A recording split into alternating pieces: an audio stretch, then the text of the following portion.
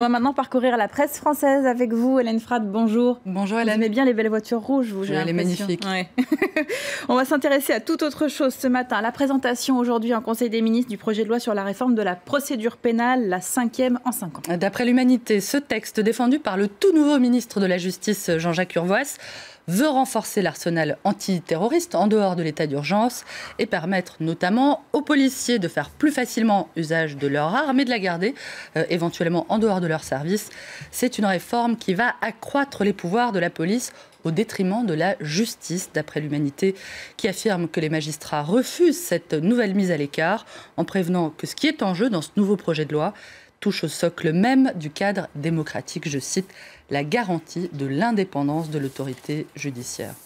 Le gouvernement qui est aussi critiqué pour son projet d'inscrire dans la Constitution la déchéance de nationalité. Non seulement les oppositions ne se calment pas à gauche, mais elles continuent de monter à droite au point que le vote pour ne serait plus majoritaire au sein du groupe Les Républicains, d'après les Échos, qui rapporte que c'est le candidat à la primaire François Fillon qui mène la fronde du côté de l'opposition. La révision constitutionnelle s'embourbe, prévient le journal, tandis que le Figaro se demande si François Hollande ne va pas devoir renoncer à cette réforme constitutionnelle, cette révision constitutionnelle, renoncer au Congrès. Aujourd'hui, le président et le gouvernement semblent pris dans des sables mouvants. Chaque geste qu'ils font pour s'en sortir les enfonce davantage. Toute clarification rend le projet plus opaque et l'issue plus incertaine, écrit le journal.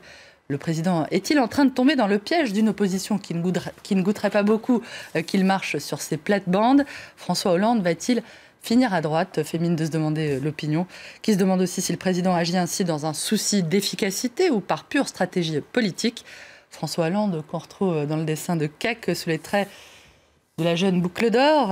Dans le dessin donc de Cac, les ours Sarkozy, Juppé et Fillon ne semblent pas beaucoup apprécier qu'elles dorment dans leur lit. On les reconnaît bien. En France, toujours de plus en plus d'individus seraient radicalisés, d'après le Figaro, qui dévoile en exclusivité la carte de la répartition des 8250 personnes signalées pour radicalisation islamiste. Le journal qui évoque un phénomène en pleine expansion, qui toucherait de plus en plus d'adolescents et de jeunes femmes, reprend ici un bilan officiel du ministère de l'Intérieur, publié la semaine dernière. D'après l'unité de coordination de la lutte antiterroriste, il s'agit d'individus identifiés en raison de leur présumé repli identitaire, d'une apologie du terrorisme ou de leur hostilité aux institutions, je cite, des personnes qui n'auraient quasiment jamais basculé en pianotant seul sur leur ordinateur, mais après un contact humain. Le journal raconte que si la contagion, je cite, a gagné tout le pays, Paris, l'Île-de-France et le Sud-Est compteraient le plus grand nombre de cas déclarés, je cite toujours, 8250 individus radicalisés, autant de bombes humaines, d'après le Figaro, qui affirme que la lutte contre la radicalisation passe par la chasse aux prédicateurs exaltés, par l'organisation de services de renseignement dans les prisons, ce qu'a refusé la très droit-de-l'homiste Christiane Taubira, je cite, et par un suivi judiciaire implacable. La prévention est nécessaire, mais elle ne saurait être suffisante. Si face au terrorisme, le risque zéro n'existe pas, la tolérance zéro, elle, doit être la règle. Fin de citation. Libération, de son côté, s'intéresse à la propagation du virus Zika. Transmis par le moustique, ce virus s'apprête à se transformer en pandémie massive, rappelle Libé. Zika, Ebola, H1N1, SRAS, épidémie. Voilà l'ennemi, titre le journal, auquel l'immunologiste Norbert Geld a expliqué pourquoi les épidémies suscitent autant de peur, voire de fantasmes. Une épidémie, explique-t-il, est perçue comme une menace de caractère mortel, ce qui bien sûr est très souvent exagéré. On craint avant tout la contagion. Lors des épidémies, les craintes collectives sont disproportionnées devant la réalité du risque.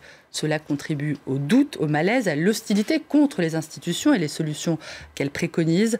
En outre, précise-t-il, lors des grandes peurs microbiennes, la religion a été, est et restera probablement une donnée constamment instrumentalisée ou rejetée. La référence à la punition divine s'accompagne d'une notion de culpabilité globale. On paye pour ses péchés. L'épidémie est perçue comme l'expression de la colère divine, je le cite.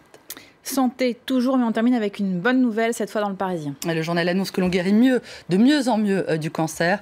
Une enquête publiée par l'Institut de veille sanitaire montre que pour une cinquantaine de types de cancers, l'espérance de vie s'est nettement améliorée.